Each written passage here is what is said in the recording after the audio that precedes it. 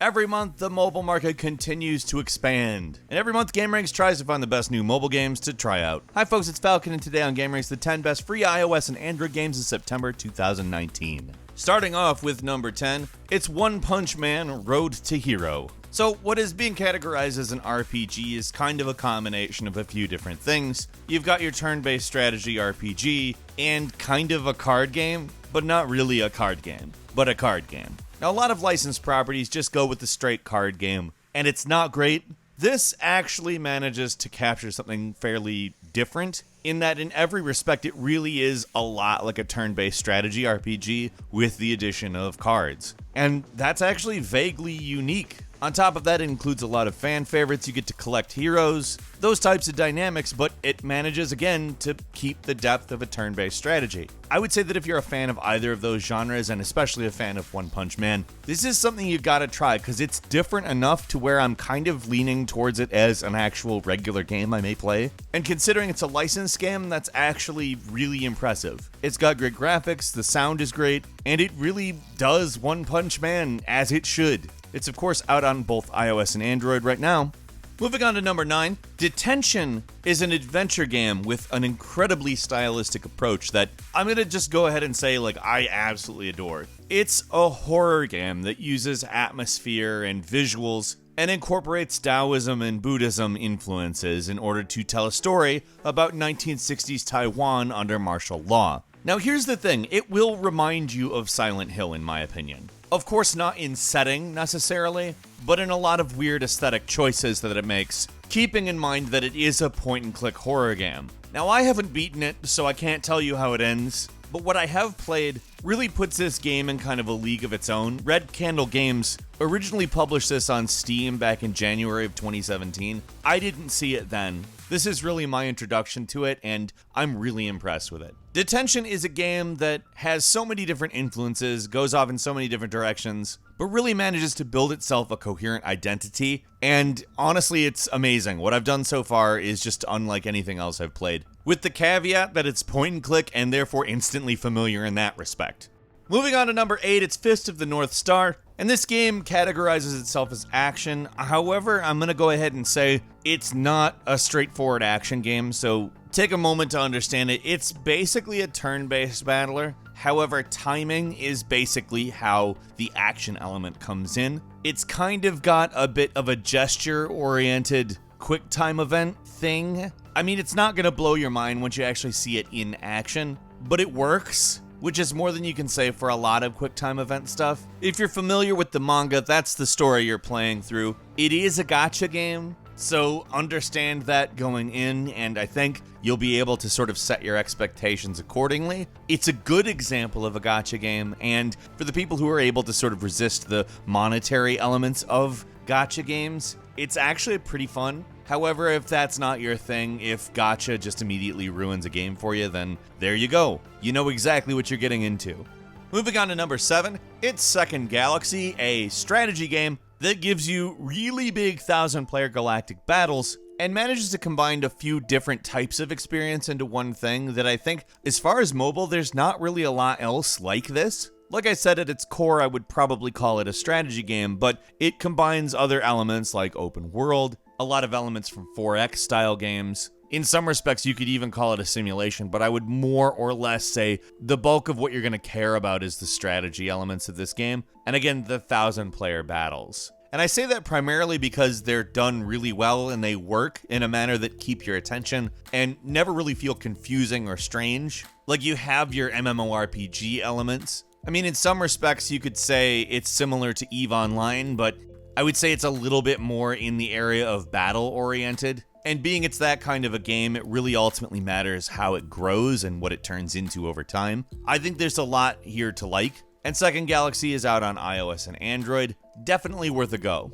Moving on to number 6, 99 Dead Pirates is a very different take on kind of just a simple battler. Now, it's got these pretty, very stylistic graphics that aren't terribly taxing. They're pretty detailed, but not overly detailed. And they keep your eyes on the action at all time. You basically progress and use the game's fairly unique combat system that I think will remind you of a sort of a Bloodborne, but obviously with very simple dynamics. It's a lot about dodging and timing, so that's the kind of stuff you really need to keep into account while you're playing this game. Depending on what you're looking for in a game, this may be great, in my opinion, as far as like something you can play in bursts and kind of go on forever with. That's exactly the kind of game I would call this. The gameplay is really satisfying, if a little bit grindy. I don't know that I would sit down and play it for an extended period of time, but like I said, in bursts, it's really good. Like, the combat is great for a mobile game, and there's plenty of fun to be had. 99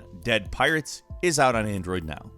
Moving on to number 5 is Penguin Isle, which I'm going to categorize as kind of a virtual pet game, but not really. Basically, what you're doing is creating environments for penguins to do stuff in, and quote-unquote collecting penguins. Now, I do think that you might get a little bit attached to them in a way where collect sounds weird, but it's more or less what you're doing. You're getting more penguins to live and give them stuff to do, and honestly, it's really pretty. It's got a really good art style, and it manages to stay interesting without breaking the sort of relaxing tone. Like, the music and sound effects and everything about it really are conducive to a kind of calming experience that I probably wouldn't characterize as, like, exciting. However, I would characterize as enjoyable. Like, there's not really any tension built at any point, and that's fine. This is the type of game that doesn't need that, because it gives you exactly what you would expect, with great visual framework and a lot of enjoyable moments that I think less cynical people would like. If you're a cynic, I would stay away from this one, though.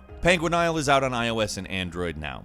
Moving on to 4, Ulala Idle Adventure is exactly what it says, an idle adventure, but it brings in role-playing elements and social elements that kind of make it a unique beast. It's set in the Stone Age, and it's not exactly what you would expect on any front, in that it has a lot of, like, straight RPG elements, but is sort of all pulled together by what you would expect out of an idler. It's a kind of genre mixing that I think is interesting, because I would definitely not go, I need an RPG that's an idler. Yet I would comfortably call it both of those things, without being dismissive towards either of them. I mean, it's not going to be the most deep RPG you've ever played, but it treats its RPG elements with reverence and doesn't skimp on them, so I actually really like those elements of it.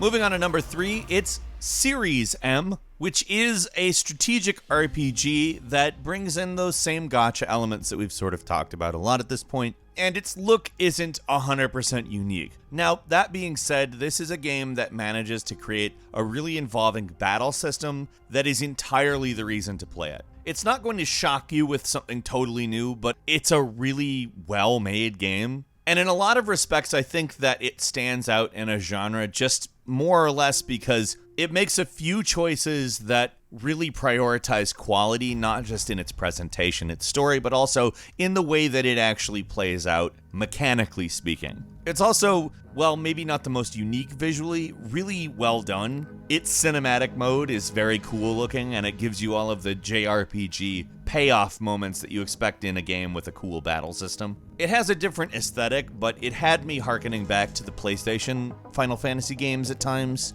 Not necessarily in exactly how it works, but how it looks, the way it handles visuals, and it does have things like PvP, raids, etc., etc. Ceres M isn't going to blow your mind with originality, but it is probably a better made game than most of its genre, and for that reason I would say it's definitely worthwhile to play on iOS and Android now. Coming in at number 2 is Call of Duty Mobile. Now, Call of Duty Mobile is live. It's got 5 maps from previous games. It's actually pretty good, but it comes with a major disclaimer in that there are a lot of in-app purchases. This definitely isn't the only game we're saying this about this month, but like, there's a pretty good game here that is way over monetized. There's a fair amount of modes. For instance, there's Team Deathmatch, there's Frontline, Practice versus AI, Domination, Search and Destroy. I mean, you get a lot of really great Call of Duty action, and it's executed really well considering it's a mobile game. But it is also a mobile game, and it's basically impossible not to talk about how many microtransactions there are. There's literally one for $20 on a skin, just a color bursty gun skin. Like, here's the thing. I would recommend playing this game, but as I will probably be doing more and more as time passes, I just have to flag games that have got excessive microtransactions. It doesn't stop them from playing well, but that doesn't mean we shouldn't mention it. I still think Call of Duty Mobile is worth your time. It definitely does exactly what you expect it to do, and it does it well, but keep in mind the excessive monetization. Finally, number 1 is Mario Kart Tour. I want to stress that just the gameplay of this is incredibly fun. It's great. It is a really well-made mobile adaptation that manages to feel a lot like Mario Kart without having nearly as much going on as far as the controls go. However, it must be said that the microtransactions are, there's a lot of them. Nintendo, I don't think, found the right balance here, and giving you a daily cap for leveling stuff is really kinda So are the quote-unquote surprise boxes, which we've never called loot boxes in the past, and they're definitely not that or anything. No sir, not loot boxes, they're loot boxes. And I want to stress that all that stuff annoys me, but I still do like the gameplay. I feel like if they could loosen up a little bit on their monetization on this game, they've got something that's pretty good. We'll see if they take that kind of criticism on board. I've seen a lot of people complain about this game, and honestly, I'm pretty with the complaints because pretty much all of them are oriented towards the monetization, and almost none of them are oriented towards the gameplay. I would say give it a shot. It's free, of course. Mario Kart Tour is great, if not over-monetized. It's out on iOS and Android now. Quick bonus game for you. This is The Police 2, is a sequel to the story-driven noir experience, and sets itself more in a small town, cold climate story, which is really cool because the original was very big city oriented. I haven't gotten super far into it, but it retains all of the charm of the original, and I'm really enjoying it. It's out on iOS and Android now. Give it a shot. Which games did you play this month? Leave us a comment. Let us know what you think. If you like this video, please click like. If you're not subscribed, now's a great time to do so. We upload brand new videos every day of the week, and the best way to see them first is, of course, a subscription. So click subscribe, and don't forget to click the notification bell. As always, we thank you very much for watching this video. I'm Falcon. You can follow me on Twitter at Falcon the Hero, and we'll see you next time right here on gameranx.